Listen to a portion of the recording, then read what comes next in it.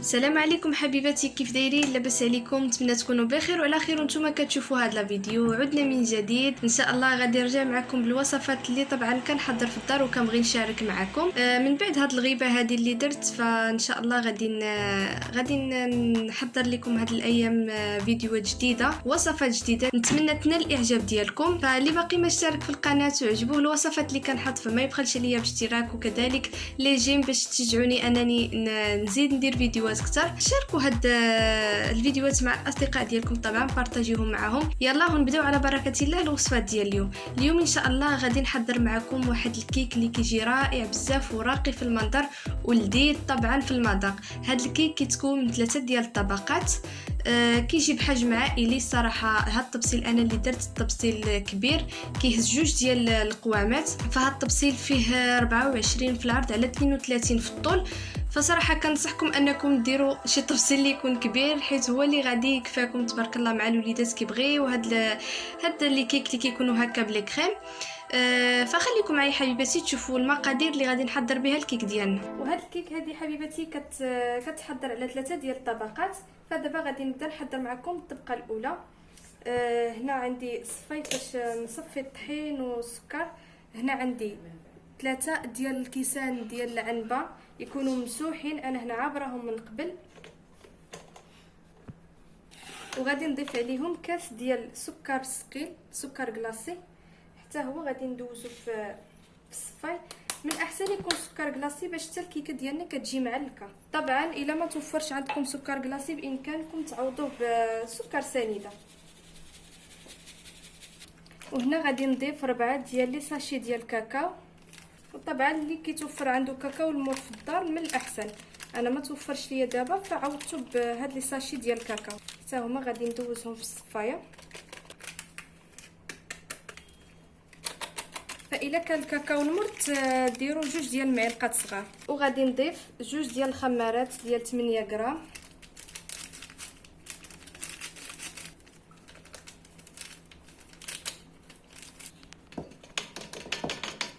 فهنا كيف ما كتشوفوا كنخلطوا النواشف مع بعضياتها، عاد كنبداو نزيدوا عليها السوائل. فهنا غادي نضيف 2 ديال البيضات،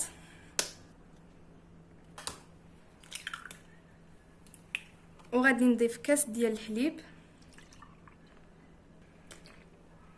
وغادي نضيف كاس الا ربع ديال الزيت. غادي نخلط هاد المكونات مع بعضياتهم. فهنا بعد ما خلطت هاد المكونات مع بعضياتهم، كيف ما شفتوا راه ثقيله العجينه بزاف، غادي نضيف عليها كاس ديال الماء اللي يكون سخون. وفي هاد الكاس ديال الماء غادي نضيف واحد ساشي ديال قهوه سريعه الذوبان. اللي ما كتعجبوش النكهه ديال القهوه بامكانه ما يديرهاش، ولكن هي صراحه بالطعم ديال القهوه كتجي زوينه بزاف.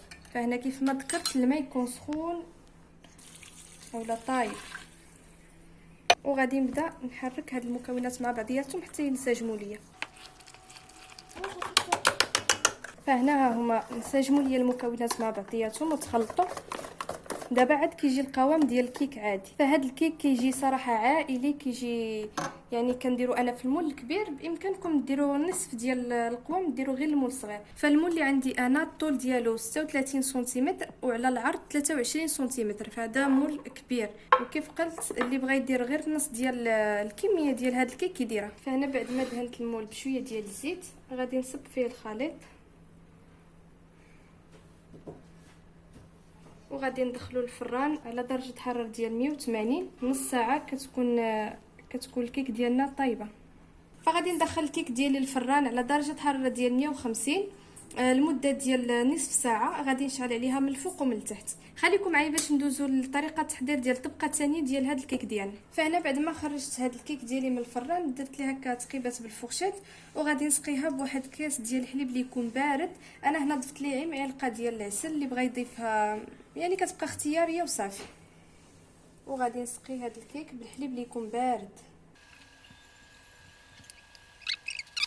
فهنا حبيباتي غادي ندوزو باش نحضروا الطبقه الثانيه ديال الكيك ديالنا. غادي نحتاج فيها لتر ديال الحليب، وغادي نزيد عليه 2 فلان كراميل. فهنا فلان غادي ندوزو بالصفاي كيف ما كتشوفوا فيه هاد الحبيبات، غادي نطلقوه هكا شويه في الصفاي باش ما يتكلكلش ليا مع الحليب. هنا بعد ما وضعت جوج ديال فلان كراميل غادي نضيف ليهم 3 معالق ديال النشا، واذا ما توفرش عندكم نشا تعوضوا بالكريم باتيسير. فهنا كنخلط النشا مع الحليب ومع فلان، وغادي نزيد ليهم هاد الطوبه ديال السكر 3 اولا 3 ديال المعالق، وطبعا السكر كيبقى على حسب الذوق. وغادي نوضعهم فوق البوطه حتى يتماسك ليا هاد الخليط. فهنا كيف ما كتشوفوا هاد الخليط ها بدا كيتماسك، كيبدا يتقال شويه، غنخليه غير حتى يغلى. فهنا بعد ما وجد لينا هاد الكريم هادي غادي نضيف عليه واحد دانيت ديال الكراميل باش ما كتجيناش غير بنه ديال الفلان. فكنزيد عليه هاد دانيت ديال الكراميل باش كيزيد يعطيه ديك لوغو ديال الكراميل.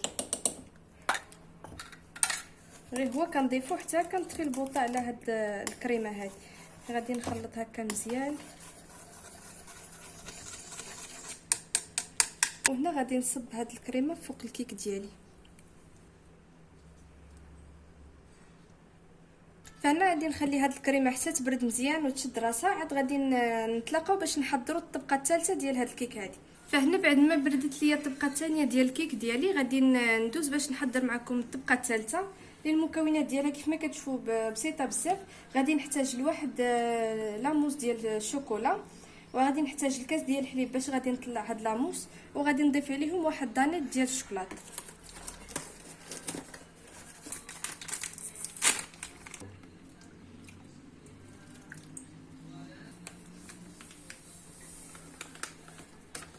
غادي نبدا ندرب هاد لاموس حتى تبدا تطلع شويه، عاد غادي نضيف ليها دانيت. بسم الله.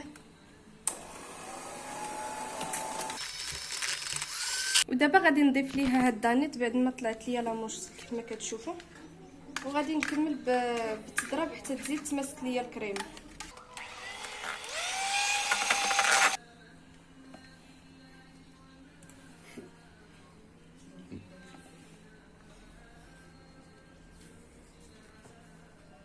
فهنا غادي نبدا نوزع هاد لاموس بشكل متساوي على هاد الطبسيل كامل. فانا بعد ما وضعت الطبقه الثالثه ديال لاموس غادي نزين ليها الوجه ديالها برقائق ديال الفيرميسيل. فاللي بغى يزين الوجه ديالها يزين، واللي ما بغاش فهي صراحه هكذا الشكل ديالها رائع وراقي جدا. واللي ما متوفرش عنده طبعا الفيرميسيل وبغى يزين بحاجه اخرى، فكنصح انه يزينها بالبسكوي، هرسو ولا يهرمشو شويه ويزوق من الفوق، البسكوي الاسود.